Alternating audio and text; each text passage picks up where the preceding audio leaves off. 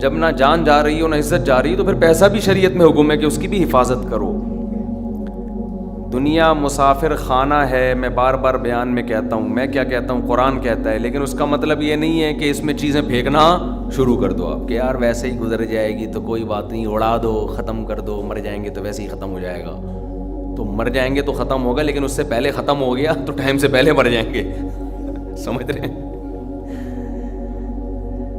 اعتدال ہے نا اسلام میں, نہ ان چیزوں سے دل لگاؤ. سورہ بنی اسرائیل کی کیسی بہترین آیت ہے. آج میں سفر سے آیا ہوں تو میری سیٹنگ بھی تھوڑی سی آؤٹ ہے کیونکہ میں سویا نہیں ہوں پوری رات. تو قرآن کے الفاظ دیکھیں, لا تجعل یدک مغلولۃ الی عنقک, نہ تو اتنے کنجوس بن جاؤ کہ اپنے ہاتھوں کو گردن سے باندھ لو, ولا تبسطها کل البسط, اور نہ اپنے دونوں ہاتھوں کو ایسے پھیلا کے اڑانا شروع کر دو. وابتغ بین ذلک سبیلا, ان دونوں کے درمیان اعتدال والا راستہ اختیار کرو. اچھا, ہر آدمی کہتا ہے میں اعتدال سے چل رہا ہوں, کہ نہ میں اتنا ایسے اڑا رہا ہوں اور نہ میں کنجوس ہوں, کیونکہ میں نے اس دن میری گاڑی کا شیشہ ایک بندے نے صاف کیا تھا, میں نے اس کو 10 روپے دیے تھے, میں تو بالکل بھی کنجوس نہیں ہوں. اس دن چمونی آپا آئی تھیں ہمارے محلے میں, میری والدہ کی بڑی اچھی دوست ہیں, تو میں نے ان کو چائے پلائی تھی. میں تو میں نے یہاں میری مسز نے کہا تھا کہ 2 سموسے لے آؤ, میں لے آیا تھا. اگر میں کنجوس ہوتا تو میں کہتا نہیں, نان نفقے کے علاوہ کچھ بھی گھر میں نہیں آئے گا. تو آپ میں اعتدال ہے یا نہیں, یہ فیصلہ خود نہ کرو میرے بھائی. کبھی کچھ دن سخی لوگوں کے ساتھ گزارو تو ہم سب کو پتہ چلے گا کہ ہم سب کیا ہیں, کنجوس ہیں. سمجھ رہے ہو, ہم سب کنجوس ہیں. کچھ دن سخی لوگوں میں اٹھو بیٹھو. اسلام چاہتا کیا ہے؟ جو اسلام چاہتا ہے وہ تو میں پوری بات کہوں گا تو شاید جمعہ پڑھنا چھوڑ دیں آپ لوگ. اسلام کہتے ہیں مسافر خانہ سمجھو اس کو, اتنا نہ اڑاؤ کہ کل مانگنے کی ضرورت پیش آ جائے, بس اس سے کم خرچ کرو, ٹھیک ہے نا. یہ رکھنے کی چیز نہیں ہے. لیکن ہم یہ نہیں, ہم نے تو کتنے سالوں کا جمع کر کے رکھا ہوا ہے, جمع ہوتا جا رہا ہے, ہوتا جا رہا ہے, ہوتا جا رہا ہے, پلاٹ کی شکل میں, گولڈ کی شکل میں, دکانیں, پھر پراپرٹی, ہوتے ہوتے ہوتے. کمال کی بات یہ, اسلام کمانے سے منع نہیں کر رہا, جمع کرنے سے منع کر رہا ہے. اور ہم نے دینداروں کو دیکھا ہے کمانے کی زیادہ کوشش نہیں کر رہے, جمع زیادہ سے زیادہ کر رہے ہیں. عجیب بھائی, ارننگ بڑھاؤ, اپنی ڈبل کر دو, اس میں فائدہ ہے. مسلمان پاورفل ہوگا تو اسلام ترقی کرے گا. تو کہتے ہیں نہیں یار میری آمدن مہینے کی اتنی ہے تو مجھے کیا ضرورت ہے.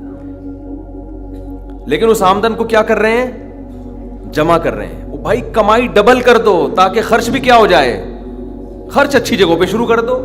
اپنے لیے نہیں کماؤ, قوم کے لیے کمانا شروع کر دو نا.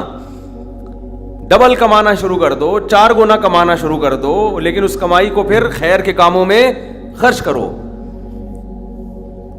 نبی صلی اللہ علیہ وسلم نے فرمایا, ایماندار تاجر وہ شخص جو اس لیے تجارت کرے کہ لوگوں کے سامنے ہاتھ نہ پھیلانا پڑے, ایمانداری کے ساتھ تجارت کرے. پیغمبروں کے ساتھ ہوگا قیامت کے دن. حضرت عثمان اگر تھوڑا کماتے تو 400 گھوڑے دیتے جہاد میں, بولو نا. گھوڑا لینڈ کروزر تھا اس زمانے کی, 400 V8 حضرت عثمان نے دیے ہیں. کتنا کمایا ہوگا. ہاں, اتنا کمانا کہ آپ اپنے صحت کی کبھی خیال نہ کر سکیں, آپ بیوی بچوں کو بھی ٹائم نہ دے سکیں, وہ پھر کمانے میں بے اعتدالی ہے. کمانے کا ایک حد تک آپ کے ٹائم اور جسم سے تعلق ہے, اس کے بعد کھوپڑی سے تعلق ہے. کھوپڑی نہیں استعمال کر رہا, گدھا بنا ہوا ہے, محنت بہت کر رہا ہے. ہم نے ایسے کمانے والے دیکھے ہیں کہ سارا دن کمانے کی فکر میں ہوتے ہوتے بچوں کی فکر ہی نہیں ہے, بیوی کو ٹائم نہیں دے رہے, ماں باپ کو ٹائم نہیں دے رہے, اپنی صحت کو ٹائم نہیں دے رہے. تو زیادہ کمانے کا یہ مطلب ہرگز نہیں ہے. زیادہ کمانے کا مطلب یہ ہے کہ کمانے میں ٹائم تو آپ نے اتنا ہی دینا ہے جتنا آپ کی صحت اجازت دیتی ہے. نماز کا ٹائم نکلے, تہجد کا ٹائم نکل جائے, تسبیحات تلاوت کا ٹائم نکلے اس میں آپ کے لیے, کچھ اللہ کا ٹائم بھی نکلے, کچھ دین کی تبلیغ کا ٹائم بھی نکلے, کچھ پڑھائی کا ٹائم بھی نکلے. ویڈیو نہیں بنائے بھائی, یہاں لکھا ہوا ہے نا, کچھ پڑھائی کا ٹائم بھی نکلے. یہ تمام چیزوں کا ٹائم نکلنے کے ساتھ ساتھ پھر کمانے کو ٹائم دینا ہے. اس میں پھر جب اتنا ٹائم دے کے پھر پلاننگ کر کے اس کو بڑھانے کی کوشش کرنی ہے, یعنی ارننگ کو بڑھانے کی کوشش کرنا ہے. یہ نہیں کہ آپ نے ٹائم زیادہ دینا شروع کر دیا. اس میں ٹائم زیادہ دینے سے تو آپ کی صحت کو نقصان ہوگا نا. ارے 5 نمازیں تو پڑھنی پڑیں گی نا ٹائم پہ, پھر تلاوت روزانہ کرنی ہے کہ نہیں کرنی ہے, صبح شام کی تسبیحات ہیں وہ بھی کرنی ہے, تہجد کی بھی کوشش کرنی ہے, باپ کو بھی ٹائم دینا, اماں کو بھی, بیوی بچوں کو بھی, پھر باقی پھر اپنی ایکسرسائز وغیرہ صحت کو بھی, پھر باقی ٹائم کس کو دینا ہے, وہ پیسہ کمانے کو دینا ہے. پھر اس پیسہ کمانے کے کو جتنا ٹائم آپ نے دے دیا تو اس میں آپ کہہ سکتے ہیں کہ پھر ہم اس کو بڑھائیں کیسے. ہم تو 8 گھنٹے کمانے کو دے رہے ہیں, اب اس میں کیسے بڑھائیں ہم. تو بھائی کھوپڑی استعمال کر کے کیا کریں, اس کو بڑھائیں. کھوپڑی سے چیزیں بڑھ جاتی ہیں. کھوپڑی تو استعمال مسلمان کر ہی نہیں رہا ہے نا. اب یہ کہ کیسے کھوپڑی استعمال کریں, تو آپ خود استعمال کرو کہ یار میں یہ کام کر رہا ہوں تو میں اگر یوں کر لوں تو یہ ایسے بھی ہو سکتا ہے. یہ بیٹھیں گے تو سمجھ میں آئے گا انشاءاللہ آپ کے خود, لیکن بیٹھتے ہی نہیں ہیں, سوچتے ہی نہیں ہیں. جو جہاں کھڑا ہے وہیں کا وہیں رہے گا وہ. خیر, تو میں کیا عرض کر رہا تھا, وہ تو بات ختم ہو گیا. آپ لیٹ آئے نا, اصل بات کچھ اور شروع ہوئی. اچھا خیر, جلدی سے بات کو میں لے کے آتا ہوں. تو اعتدال جو ہے نا, سخاوت, سخی لوگوں میں آپ اٹھیں گے بیٹھیں گے تو پتہ چلے گا کہ اعتدال کسے کہتے ہیں. عربوں میں بڑی سخاوت ہے, ہم نے علماء میں بڑی سخاوت دیکھی ہے. تو سخاوت کا مطلب یہ ہے کہ آپ اتنا خرچ نہ کریں کہ کل آپ کو مانگنا پڑ جائے. اس کا علماء نے ایک معیار بیان کیا ہے, وہ خوب اچھی طرح سمجھ لیں, وہ بڑا زبردست معیار ہے کہ اپنے اور اپنے بیوی بچوں کے لیے 1 سال کا ذخیرہ کر لیں پیسوں کا, چاہے وہ گولڈ کی شکل میں ہو یا کرنسی کی شکل, بہتر ہے گولڈ کی شکل میں ہو. آج اگر آپ جاب لیس ہوتے ہیں تو 1 سال تک اگر آپ کو جاب نہ بھی ملے تو آپ نے جو پیسہ اسٹور کیا ہوا ہے اس سے اسی معیار کی زندگی اپنے گھر والوں کو دے سکتے ہیں جو اب تک دیتے آئے ہیں. اور یہ 1 سال آپ کے پاس جاب تلاش کرنے کا یا کاروبار دوبارہ سے اٹھانے کا آپ کے پاس موقع ہے. 1 سال سے زیادہ کی پھر کوئی انتہا نہیں ہے. لوگ کیا کرتے ہیں, جمع کر رہے ہیں کہ کل اگر جاب چلی گئی, کل اگر کاروبار ٹھپ ہو گیا تو بھائی کل کیا, پھر تو خبر تک کا رکھو سنبھال کے, وہ تو پھر ٹینشن سے ہی دنیا سے جاؤ گے. تو کچھ اللہ پہ توکل کرو نا اس معاملے میں. اللہ ہمارے بس میں یہ تھا, 1 سال ایک خاص مقدار ہوتی ہے, اس میں چاروں موسم آ جاتے ہیں. بھائی کاروبار آپ کا نہیں چلا, سردی میں نہیں چلا تو ہو سکتا ہے گرمی میں چل جائے, خزاں میں چل جائے, بہار میں چل جائے, تو کبھی نہ کبھی تو چلے گا. نہیں چلا تو پھر اللہ نہیں چلانا چاہتا, وہ اسی میں اللہ کرے بیٹھ کے. جو آدمی اللہ پہ اعتماد توکل نہیں کرتا وہ تو کبھی زندگی میں سکون میں آ ہی نہیں سکتا ہے. تو 1 سال کا اسٹور کر لیں آپ. اور بہت اللہ نے پیسہ دیا ہے تو بچوں کے لیے ایک پراپرٹی لے کے ڈال دی, پلاٹ 2-4 لے کے ڈال دی. مرنے کے بعد بچے بالکل روڈ پہ نہ آ جائیں, بس باقی کیا کرو, کھاؤ کھلاؤ. ٹھیک ہے, کیا کریں. ایک لطیفہ سنا دوں, ہمارے ایک دوست نے بھیجا تھا, بڑا زبردست قسم کا. ہمارے ایک دوست ہیں لاہور میں, انہوں نے کسی کا لطیفہ بھیجا, لیکن لطیفہ بڑا سبق آموز ہے. وہ ایک آدمی گیا گوشت کی دکان پہ, شاید آپ لوگوں نے بھی سنا ہو, اور کہنے لگا کہ 1 کلو گوشت دے دو. اتنے میں ایک بندہ آیا, یہ آدمی لینڈ کروزر میں گیا نا, بڑی VIP گاڑی میں, مالدار آدمی ہے. گوشت کتنا لے رہا ہے, 1 کلو. دوسرا آدمی آیا, اس نے کہا بھائی 10 کلو گوشت دے دے, چانپیں بھی اور دل بھی, کلیجی بھی, پٹ کا گوشت الگ, بکرے کی الگ نکال, فلانے الگ نکال. بڑے بھائی وہ کسائی اس کو چھوڑ کر اس کے پیچھے لگ گیا نا, اس کو پہلے گوشت بنا کے دیا. یہ جو 1 کلو والا تھا نا 1 کلو والا, اس کو غصہ آیا کہ یار اس کو تو 10 کلو دے رہا ہے کم بخت, 10 کلو والے کو پہلے دے رہا ہے. اس نے کہا بھائی وہ اس کا آرڈر بڑا ہے, وہ پرانا کسٹمر ہے ہمارا. اس نے کہا یار اس کے پاس اتنا پیسہ کہاں سے آیا کہ اتنا ویسے گوشت لے کے جا رہا ہے. اس نے کہا بات یہ ہے کہ اس کی 4 بیویاں ہیں. اس کی کتنی بیویاں ہیں, 4 بیوی, 4 بیوائیں, اور یہ 4 بیویاں کسی مالدار آدمی کی بیویاں تھیں جو ان کے لیے بہت پیسہ چھوڑ کے گئے اپنی بیویوں کے لیے. اس مالدار نے کھایا کم اور بچایا بولو زیادہ. اب بچانے میں زندگی گزر گئی اس کی، تو ظاہر ہے کھانا نصیب نہیں ہوا، مر گیا. وہ مر گیا جب میں نے اس اسٹائل سے کہا نا تو مجھے وہی یاد آ گیا لڈن جعفری، اللہ مر گئے پھر دوبارہ زندہ ہو گیا، کچھ اسٹائل اچھا تھا. تو بچایا نہیں اور بچا کے مر گیا. اب ظاہر ہے بیوی جو تھی ان کو پیسہ مل گیا ٹھیک ٹھاک، اب ان کے پاس پیسہ ہے، بندہ مارکیٹ سے شارٹ ہے. عورت کو ظاہر ہے پیسے کے ساتھ شوہر بھی تو چاہیے نا، اس میں بھی ڈیزائرز ہیں، اس کو بھی ضرورت ہے میاں کی. تو یہ غریب کا جذبہ تھا 4 شادیاں کرنے کا نا، تو یہ کرتا چلا گیا. پرانے والے کا سارا پیسہ کس کے پاس آ گیا؟ اب یہ بیوی کے خرچے پہ کھا رہا ہے، یہ بچا نہیں رہا، ظاہر ہے عورت کا پیسہ ہے.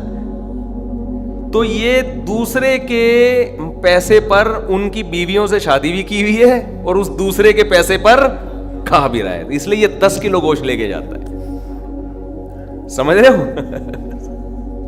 اس نے فوراً کہا میرے لیے بھی 10 کلو بنا دے، میں نہیں چاہتا میرے مرنے کے بعد میرا ہوا بچا پیسہ کوئی اور بے غیرت استعمال کرے. معذرت کے ساتھ، ابے پہلے خود تو کھاؤ. اس وقت جو تمہاری حاضر سروس بیوی ہے، بولو تم جب تک میری بیوی ہو تو کھاؤ، ٹھیک ہے نا، تم بھی کھاؤ میں بھی کھاؤں گا. مر گئے تو بھائی وہ اس کے لیے نکاح کا دروازہ، اور جب ہمارے بیانات چل رہے ہیں تو یہ تو اور دروازہ کھل گیا ہے. پہلے تو بیوہ کو رشتہ ہی نہیں ملتا تھا نا، اب تو بہت سی بیوہ ایسی مارکیٹ میں آ گئی ہیں، پیسہ بہت ہے بندہ نہیں ہے، ہم اپنے خرچے پہ شادی کرنے کے لیے تیار ہیں، کوئی شریف آدمی مل جائے ہمیں. اب تو ایسی بیوہ بہت آ گئی ہیں مارکیٹ میں کہ جی پیسہ ہمارے میاں بہت چھوڑ کے گیا، بندہ نہیں ہے.